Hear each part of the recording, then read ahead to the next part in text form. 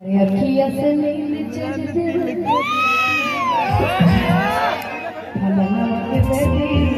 सपना में और मेरे बारे में अपने बारे में क्या जवाब है।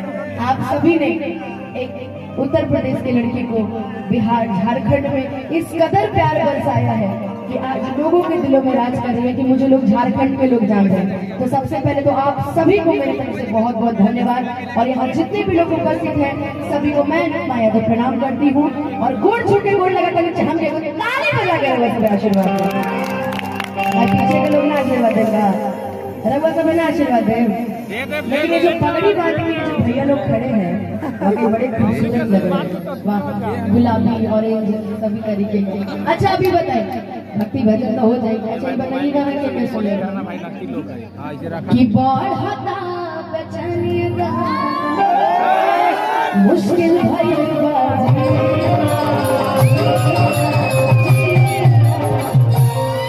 अब अगर आगे का तू बोलो कि ले लो पुदीना सब क्यों सुन ले बा तू सुन ले हवा देखा तो चोट लगे घाव करे गंभीर। दूसरा गाने का सबसे बड़ा मौका जो मिला था वो था खेसारी लाल भैया के साथ। वो गाना था कि पहले से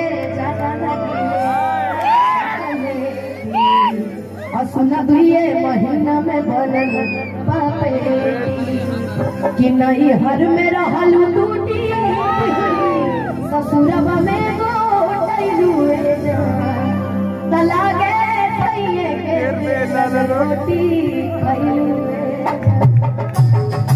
ये सारे गाने आपके सामने रखे जाएंगे और इस समय एक और मेरा गाना आया था आदरणीय पवन सिंह जी के साथ कि छपरा में छुएनी तो कुछ न भइल आप आकी बलिया से मन हमर खुश न भइल गरी से बेसहारा भइल यही खातिया ये जानते दोबारा। और जो गाना आजकल पूरे बारातियों को धूम मचाया हुआ है आप सभी के आशीर्वाद से बड़ा खूबसूरत गाना है कि हम दीवाना गली का हरे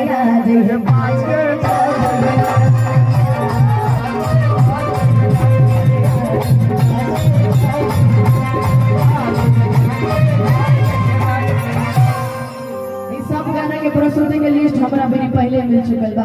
तो आई शुरुआत कर जाओ एगो विवाह समारोह तनी निमनों से रहल जाला ओकर बाद डांस शो कइल जाला।